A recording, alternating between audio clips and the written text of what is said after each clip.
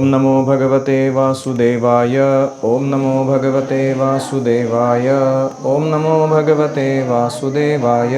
नारायणं नमस्कृत्य नरं चैव नरोत्तमं देवीं सरस्वतीं व्यासं ततो जयमुदीरयेत्। नष्टप्रायेषु अभद्रेषु नित्यं भागवत सेवया भगवतीरुत्तमश्लोके भक्तिर्भवति नैष्ठिकी।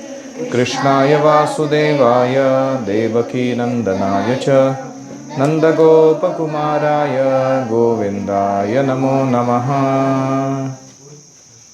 हरे कृष्णा। हम पढ़ रहे हैं ग्रंथराज श्रीमद् भागवतम स्कंध दूसरा अध्याय 10वां श्लोक संख्या 31। त्वक्चर्म मांसरुधिर मेदो मज्जास्ति धातवः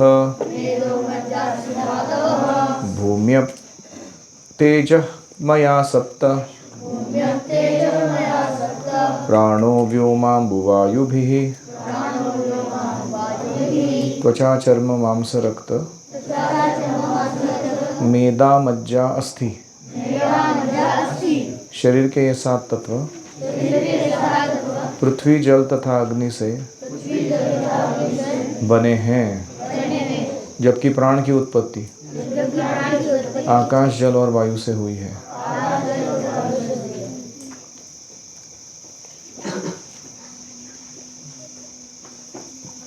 दोनों में क्या कॉमन है? जल कॉमन है। हरि ओम सहना भवतु सहनौ भुनक्तु सह वीर्यं करवावहै तेजस्विनावधीतमस्तु मा विद्विषावहै। ओम शांति शांति शांतिः। ओम अज्ञानतिमिरान्धस्य ज्ञानाञ्जनशलाकया चक्षुरुन्मीलितं येन तस्मै श्रीगुरवे नमः। जय श्री कृष्ण चैतन्य प्रभो नित्यानंद श्री अद्वैत गदाधर श्रीवासादि गौरभक्तवृंद। हरे कृष्णा कृष्णा कृष्णा हरे हरे, हरे राम राम राम हरे हरे। हरि ओम तत्सत्। हरे कृष्णा। तो हम पढ़ रहे हैं विराट रूप में कैसे अलग अलग इंद्रिय, स्थूल इंद्रिय, सूक्ष्म इंद्रिय, उसके बाद अलग अलग देवता और फिर तन्मात्रा यानी रूप रस स्पर्श गंध इत्यादि विषय, इंद्रियों के विषय कैसे उत्पन्न हुए। अभी हम क्या देख रहे हैं? सप्त धातवः, 7 धातु जिससे शरीर बनता है। स्थूल शरीर, ग्रॉस बॉडी, और प्राण जिससे सूक्ष्म शरीर की तरफ हम आगे चर्चा आरंभ कर सकते हैं। तो त्वक यानी त्वचा। सब लोग अपनी स्किन को देखिए। इसके अंदर क्या बैठा है? चर्म। चर्म यानी चमड़ी। त्वक जो है वो ऊपर की पतली परत होती है। जैसे आप कभी पैर को घिसते हो, स्क्रैप करते हो, तो वो जो नीचे गिरता है वो क्या होता है? एड़ी को घिसते हैं ना लोग कभी कभी, उसको त्वक कहते हैं। उसके नीचे जो है उसको क्या कहते हैं? चर्म। फिर उसके अंदर क्या होता है? मांस, फ्लैश। मांस के साथ जुड़ा हुआ रुधिर, रक्त। फिर उसके पश्चात मेद यानी चर्बी, और फिर आती है मज्जा यानी जिसको हम मसल कहते हैं। तो जिसमें चर्बी ज़्यादा है वो मोटा दिखता है, जिसमें मसल ज़्यादा है वो शेप में दिखता है। और फिर अस्थि यानी हड्डी। सप्त धातवः, ये 7 धातु हैं जिससे शरीर का स्थूल भाग बना हुआ है। स्थूल का अर्थ है जो आंखों को दिखता है, सूक्ष्म का अर्थ है जो आंखों को दिखता नहीं है। तो ये किससे बना हुआ है? भूमि अप तेजः, पृथ्वी जल और अग्नि से बना हुआ है। इसका अर्थ है कि शरीर का आउटर शेप को अगर ठीक करना है तो हम ज़मीन के संपर्क में रहने चाहिए सीधा। जैसे रात को सोते समय फ्लैट ग्राउंड पर सोना चाहिए, मखमली गद्दे पर नहीं सोना चाहिए, नहीं तो बॉडी शेप में कभी नहीं आएगा। ऐसे ही जल जो हम पीते हैं वो सही टाइप का होना चाहिए। कोका कोला फैंटा पीते बैठेंगे तो गड़बड़ हो जाएगा, बॉडी अजीब तरीके का शेप धारण करेगा बाहर का।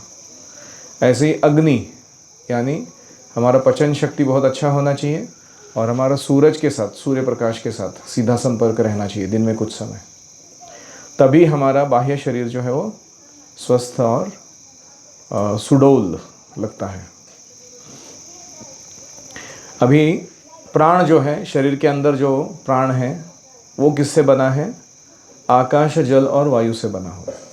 प्राण शक्ति क्या है? जैसे गाड़ी है, उसका मेटल, प्लास्टिक, रबर है कि नहीं, वो सब क्या है? उसका ग्रॉस बॉडी है, स्थूल शरीर है। लेकिन गाड़ी चला कौन रहा है? पेट्रोल। तो पेट्रोल क्या है? जैसे हमारे अंदर वो प्राण है, प्राण शक्ति। अगर प्राण शक्ति क्षीण रहेगी तो ज़्यादा गाड़ी का चलन वलन होता नहीं, मतलब शरीर जो है वो यहाँ वहाँ नहीं जा सकता। जैसे कभी बीमारी होती है, बुखार आता है तो प्राण शक्ति व्यथित होती है ना, तो व्यक्ति हालांकि उसका स्थूल शरीर में हो सकता है कि सब फैसिलिटी है, उसको उठने का तक मन नहीं करता बेड से, बाकी कुछ कार्य संपन्न नहीं कर सकता, क्योंकि प्राण शक्ति क्या हो गई है? क्षीण हो गई है उसके। तो ये प्राण शक्ति को अगर बढ़ाना है तो क्या करना होता है? तो 3 तत्व हैं, आकाश, जल और वायु। खास करके स्पोर्ट्स में जो लोग माहिर होना चाहते हैं उनको तो प्राण शक्ति बहुत ही ज़्यादा इम्पोर्टेंट है। तो पहला है आकाश तत्व, यानी खुले स्पेस में रहना चाहिए। सिटीज़ में रहते हैं कबूतर के खुराड़े के अंदर, 2 BHK छोटे मैच बॉक्स के जैसे घर रहते हैं ना, जिसका जो हाइट है सीलिंग का वो कितना 3 फीट पे है, 4 फुट पे है। हाथ ऊपर किया तो कभी कभी भी टच होता है कि नहीं, मतलब मेरा। तो क्या है वो स्पेस बहुत ही कंस्ट्रिक्टेड है और उससे ना व्यक्ति खुलता नहीं है, उसकी प्राण शक्ति खुल नहीं सकती। जैसे विशाल का एक गृहों में जब बैठते हैं हम, जिसका छत बहुत ऊंचा है और जहाँ हवा जो है वो खेल रही है पूरा स्वच्छंद रूप से, वहाँ सांस लेने से क्या होता है? प्राण शक्ति ताकत आ जाती है। आकाश और जल, अगेन कौन सा जल हम पीते हैं उससे प्राण शक्ति तगड़ी बनती है। सबसे बेस्ट जल है कि जो नॉर्मल जल है वो तो है ही, जो भूमि से प्राप्त हुआ है या नेचुरल सोर्सेस से प्राप्त हुआ है। जंगल में जो झरने होते हैं, बहुत बार अगर वो स्वच्छ प्रदेश से आते हैं, वह गुजरते आए हैं, तो उसमें सबसे ज़्यादा प्राण शक्ति होता है, क्योंकि इतने सारे वनस्पतियों का जो रस है, अर्क है, उसमें बहते बहते बहते वो रिच रहता है एकदम, मिनरल्स, विटामिन्स बहुत पावरफुल रहता है उसके अंदर। वो जल बहुत सही है प्राण शक्ति के लिए।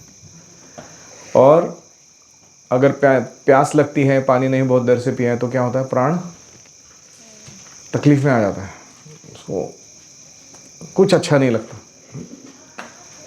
और वायु यानी हम जो फेफड़े में हवा भर रहे हैं, हमारी उसकी क्वालिटी अच्छी होनी चाहिए। अगर प्रदूषण युक्त, दुर्गंध युक्त या सुवेज के पास से आता हुआ स्मेल लेंगे हम वायु का, तो प्राण भी कमकुवत हो जाता है, उसका शक्ति क्षीण हो जाता है। ऐसे ही हम डीप ब्रीदिंग नहीं करते हैं, शैलो ब्रीदिंग करते हैं। डीप ब्रीदिंग क्या होता है? कम से कम 6 second inhale, 6 second exhale. Try करो।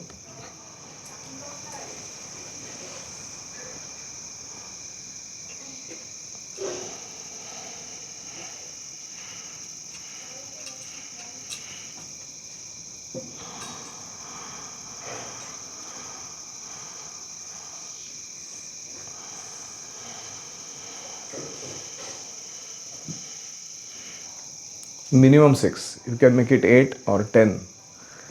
इतना डीप ब्रीदिंग जो करता है ना व्यक्ति, उसका प्राण तगड़ा बनता है।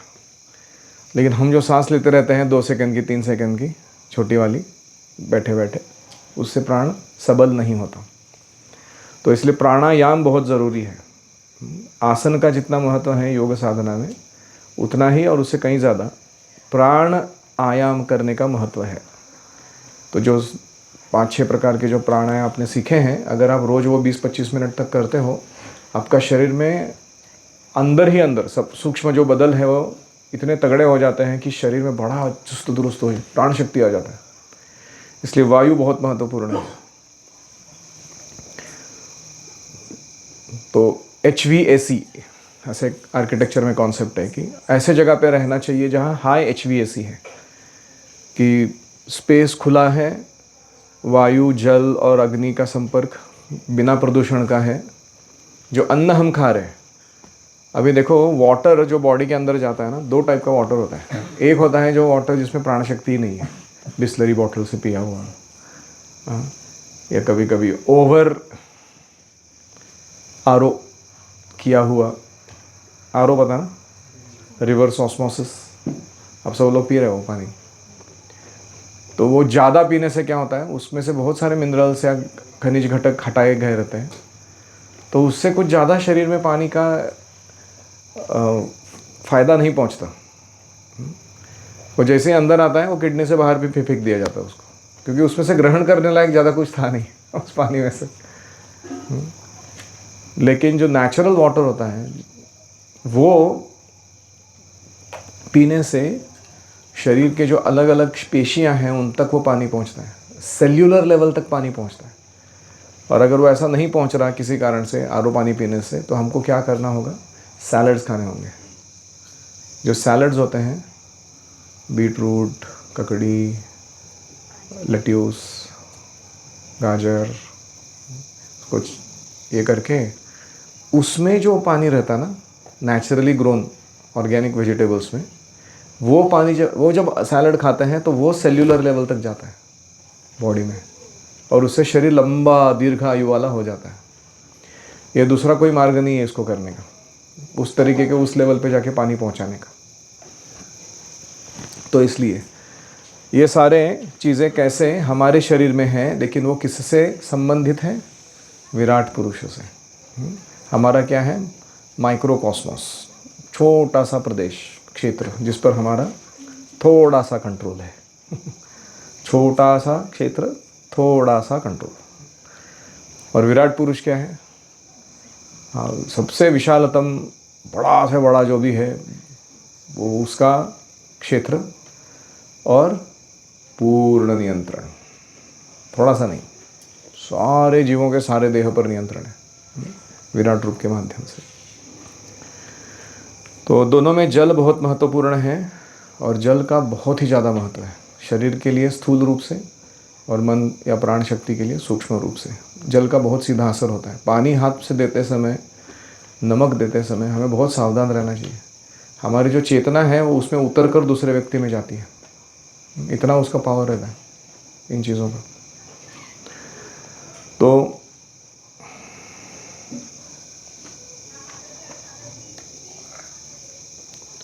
स्थूल शरीर को ठीक से बनाए रखने के लिए पृथ्वी से उत्पन्न अन्न तथा शाक और शुद्ध जल और ऊष्मा लाभप्रद है।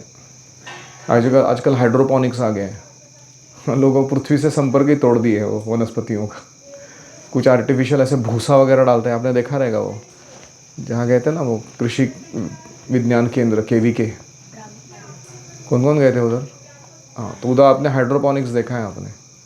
एक जगह पे हमने बिस्किट्स खाते खाते वो एक जगह पे देखा था कि वो लकड़ी का जो भूसा रहता है कारपेंटर के इधर से लाया हुआ, उसके अंदर वो कुछ ये डाल के, केमिकल्स डाल के, उसमें ही बीज डाल के उसमें से उगा देते हैं वनस्पतियों को। और वो वनस्पतियों को ऐसा लगता है, क्योंकि वो सब कंट्रोल्ड है ना AI के द्वारा, कि कहाँ कौन सा आइटम एलिमेंट कम पड़ रहा है, वो AI को समझ में आता है, तो वो एक्स्ट्रा बढ़ा देता है वो उसका क्वांटिटी, फिर वो बड़े मात्रा में सब्जी या तरकारी उग कर आता है। अभी वो खाने से क्या होने वाला है, ठेंगा, क्योंकि उसका न्यूट्रिशनल वैल्यू इतना अच्छा नहीं है जितना सीधा ज़मीन से आया हुआ चीज़ का है। तो we are making progress in what direction, वो हमें सोचना चाहिए। गुणात्मकानि इंद्रियाणि भूतानि प्रभवा गुणाः मनः सर्वविकारात्मा बुद्धिर्विज्ञान रूपिणी। इंद्रियां प्रकृति के गुणों से जुड़ी होती हैं, और भौतिक प्रकृति के ये गुण मिथ्या अहंकार से जनित होते हैं। मन पर समस्त प्रकार के भौतिक अनुभवों का, सुख दुख का प्रभाव पड़ता रहता है, और बुद्धि मन के तर्क वितर्क स्वरूप है। तो इंद्रियां जो है वो 3 गुणों से बनी है और वो 3 गुणों से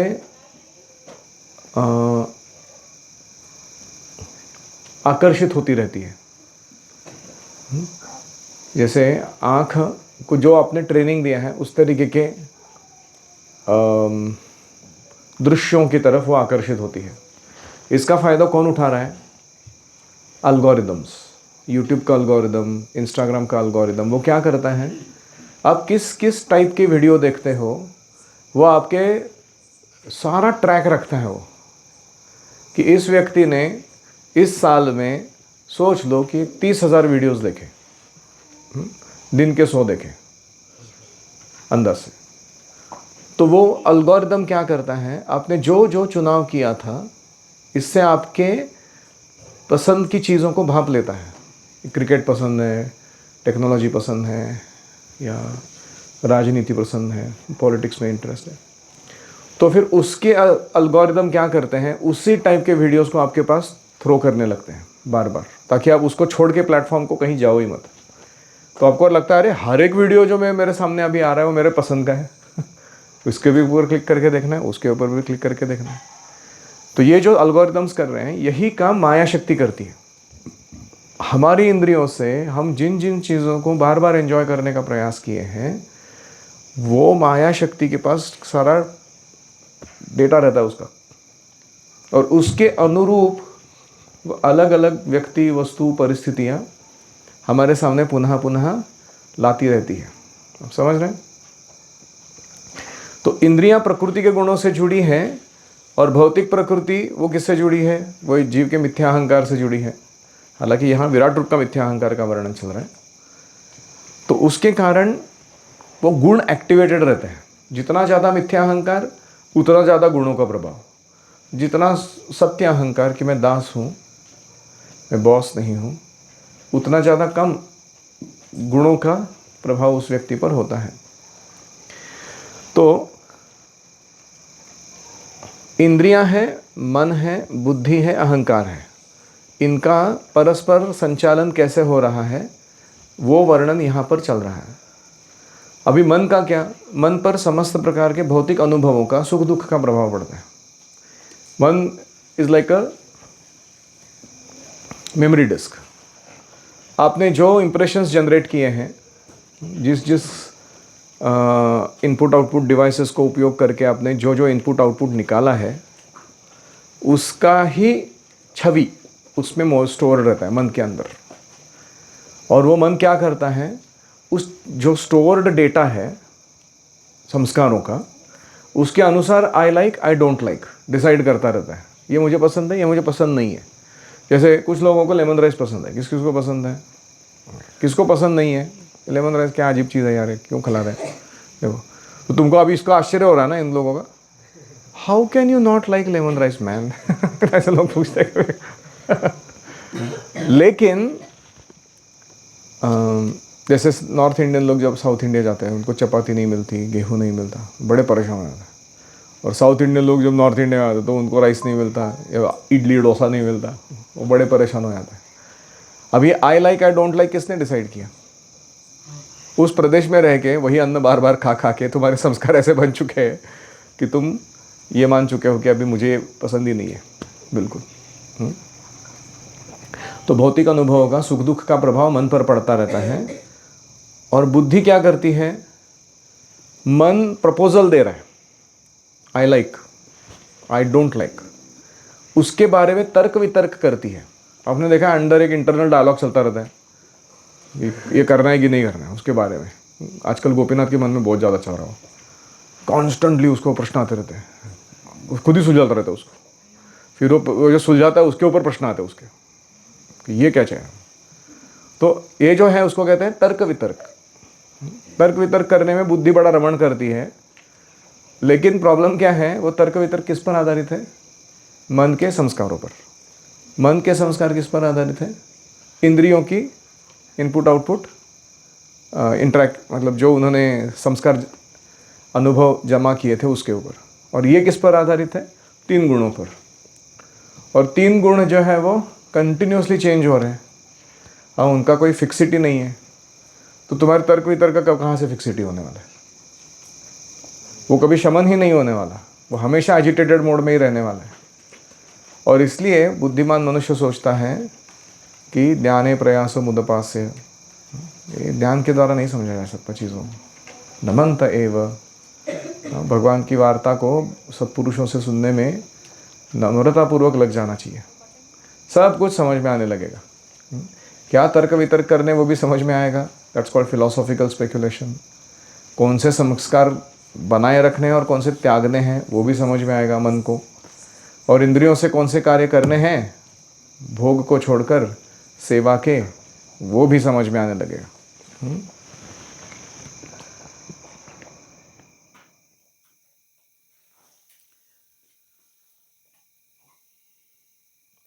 जीवात्मा भौतिक शरीर के भीतर बन जाने पर तुरंत देह से संबंध बना लेता है और अपनी आत्मस्थिति को भुला देता है। जैसे आप थिएटर में एंट्री मारते हो पिक्चर देखने के लिए, तो स्क्रीन पे जो दिखाया जा रहा है उसके साथ एकदम फुल आइडेंटिफिकेशन हो जाता है कि नहीं?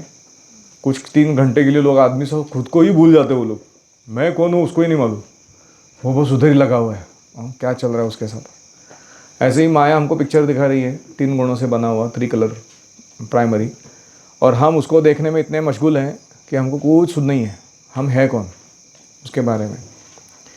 फिर ये अहंकार गुणों के साथ मिलजुल कर इंद्रियों को गुणों की ओर ललचाता है। वो बोलता रहता है try this, try that, enjoy this, enjoy that, और इस प्रकार से इंद्रियां उनके पीछे भागने में लग जाती हैं। फिर मन वह यंत्र है जिससे भौतिक अनुभवों का आभास होता रहता है। जैसे अभी यहाँ बैठ के आप वड़ा पाव खा सकते हो अनुभव में, रियल में नहीं, है कि नहीं? यहाँ बैठ के आप एनवीसीसी मंदिर में जाके राधा वृंदावन चंद्र का दर्शन कर सकते हो टेम्पल हॉल में प्रवेश करके। इंटरेस्टिंग है ना माइंड एकदम ऐसा यंत्र दिया है वो। अभी बुद्धि क्या करती है, वो तर्कशील होती है और हर वस्तु को अच्छे के लिए बदल सकती है वो, अगर उसको ट्रेनिंग दिया जाए।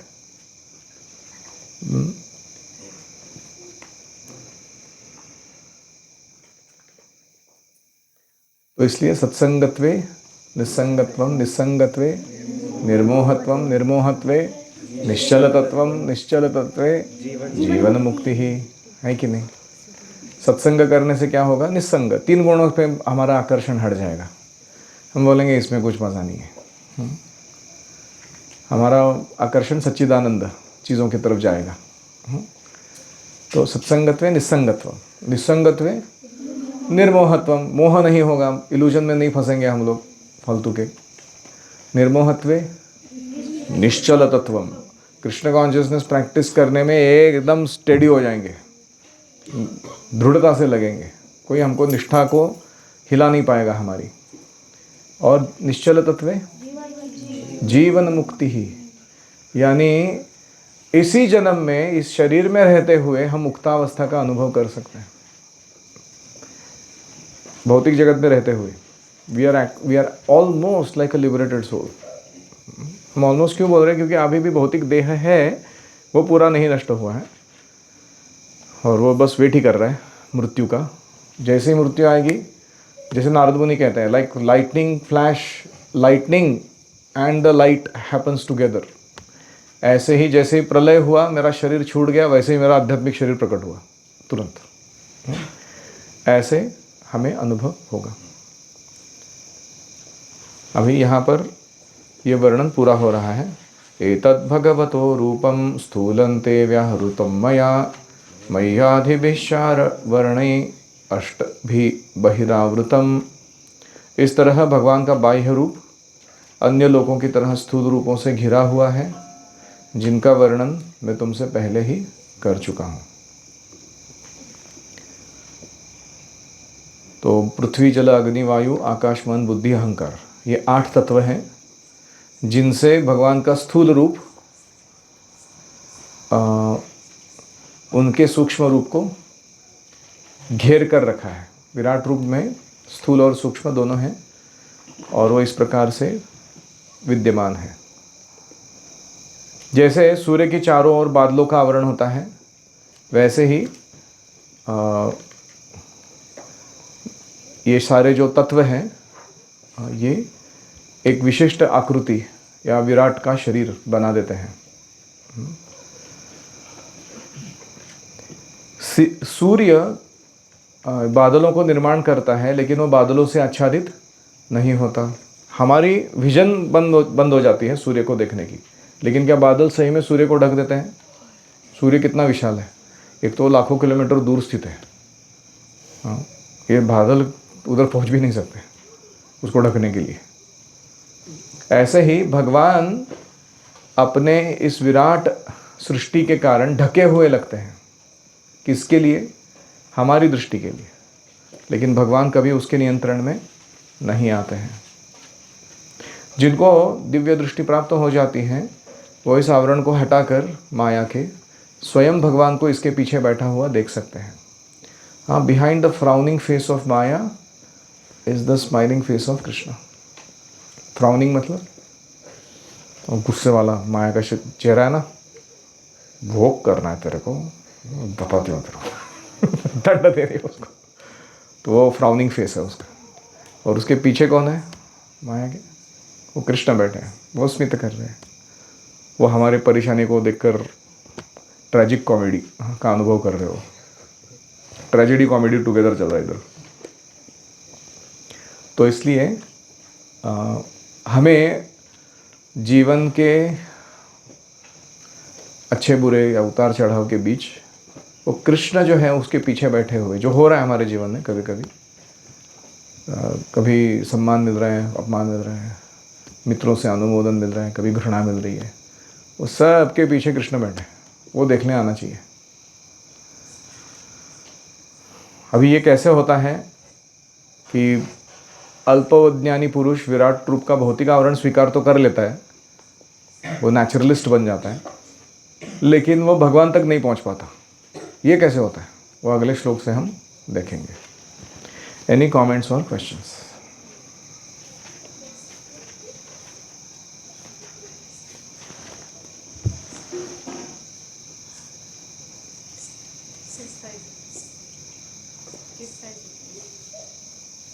Any comments or questions?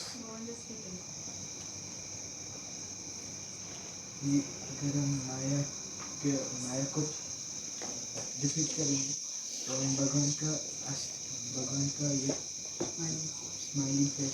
हाँ, अगर माया को डिफीट करेंगे या लांघ जाएंगे तो कृष्ण का प्राप्ति कर सकते हैं। Krishna can be seen. HVAC का फुल फॉर्म क्या है आर्किटेक्चर में? रूम का HVAC, स्पेस का HVAC जो होता है, हाइट वॉल्यूम एयर कंडीशन, ऐसा कुछ है क्या? Area circumference. वो हम बोलते हैं ना कि ये जगह का HVAC थोड़ा कंस्ट्रिक्टेड लग रहा है या विशाल अच्छा लग रहा है। हरे कृष्णा कृष्णा कृष्णा हरे हरे, हरे राम राम राम हरे हरे, हरि ओम तत्सत। श्रील प्रभुपाद की जय, समवेत भक्तवृंद की जय, गौर प्रेमानंदे हरि हरि बोल।